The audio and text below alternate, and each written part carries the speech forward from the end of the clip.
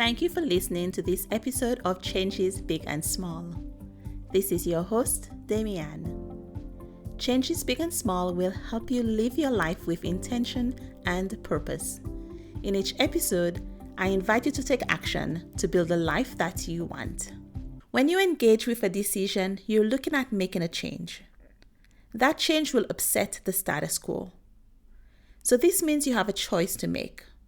You have a choice of whether you'll avoid the decision or the change or actually engage with it, make that change. If you don't consciously make a choice, that is if you avoid, you are actually making a choice. So why not be intentional? That's what it takes if you want to build a life that you want. Now let's recap the key takeaways from each of the 4 episodes this week. In episode 1, you explored your decision-making style and saw how it could influence your choices. In episode 2, we looked at values and their importance to decision-making. In episode 3, we explored decision-making frameworks such as the pros and cons list and the decision-making matrix. Finally, in the 4th episode, we looked at how to evaluate our decisions and know when to change our minds. I want to emphasize that you can use the strategies in these episodes for any decision that you face, whether it's a trivial decision or something that is high stakes. It's probably a good time for us to recap some of the big ideas from this series. So here are 5 tips for decision making. 1. Clarify your values. This is the first step, the foundational step in decision making. You need to know what really matters to you. What are your core values? Which ones apply to the decision? And how does your decision align with your long-term goals and what brings meaning to your life? 2. Use your intuition as well as decision-making frameworks to help you make better decisions. It's important to think about both the long-term and short-term consequences of your decision. And use your gut, but also think objectively about the risks and the benefits. 3.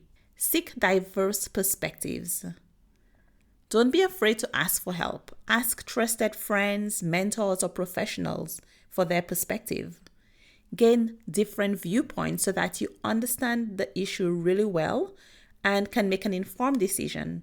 The important thing here is to make sure that you're still remaining true to your values and not adopting the values of somebody else from talking to them. 4. Take action. You know I can't end this series without stressing the importance of action. Once you've made a decision, you need to commit to it and take action.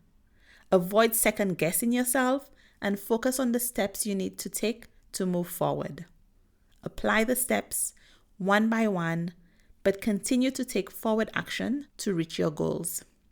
And 5, reflect. Learn from your actions and the outcomes of your decision-making process so that you can make better decisions. And when you have new information, don't be afraid to rethink your decision or to make sure that it's still a good decision for you right now. Many people believe that decision-making should be purely logical, while others are really in touch with their intuition and make decisions only by their gut. I think that an approach using both your gut or your intuition as well as more logical approaches is the best of both worlds. When you use logic, you are weighing the pros and cons of a decision, looking at the potential outcomes, and trying to make a rational choice based on the information that you have available. This can help you in many different ways. For example, to reduce bias, to increase objectivity, and to improve accuracy. We have a lot of personal biases, and our emotions may not always be helpful towards the goal that we want. Emotions are actually controlled by thoughts, and so sometimes if you're doubting yourself, you will actually feel more fear or more hesitation towards making a decision that's actually right for you. So by focusing on the facts and the data, this can help you make decisions that are more objective and that are more in line with what you really want. But you will also have more of a chance to look at the risk and be able to make more accurate predictions about the outcome of your decision. Intuition is also important. That means that you're relying on your instincts, your feelings, and your gut reactions. That can help you make sure that you are actually tuning into the emotions, that you are using positive emotions to actually propel you forward into taking the actions that you need to take.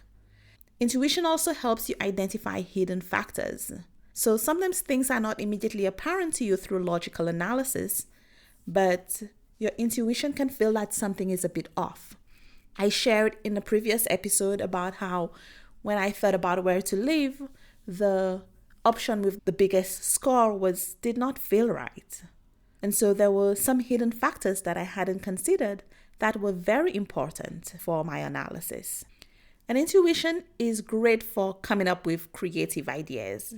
Sometimes you have lots of creative, great ideas that you were aware of, and sometimes it's not actually in your conscious brain, but tuning into your intuition can help you generate these new and creative ideas. So to make an effective decision, it's good to include both logic and intuition. And here are some tips for doing so. Gather data. Get all the relevant information that will help you make a decision. Then analyze it objectively.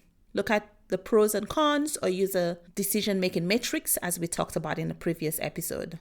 Trust your gut. Pay attention to your intuition and how you feel about the choices that you're presenting to yourself.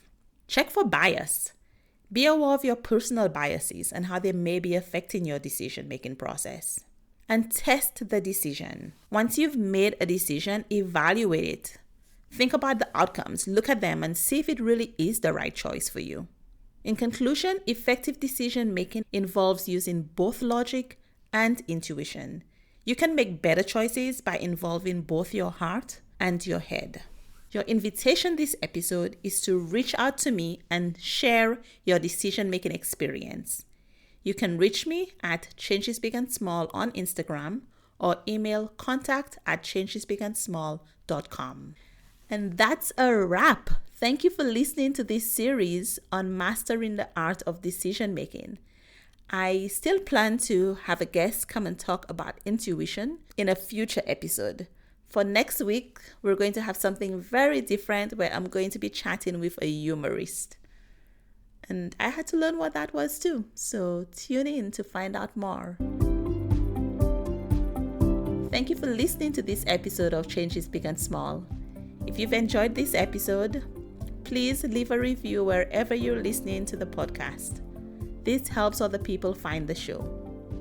Remember that until the end of the month, I have a special promotion if you go to changesbigandsmall.com/free and sign up to get my 10 quick, easy tips to get unstuck. It's a free PDF, and I will also be in touch with you to offer you a 30-minute one-on-one coaching session with me. That's available for no cost until the end of the month. So don't miss out on this opportunity. Remember, change begins with one small step. Let's make it a great week.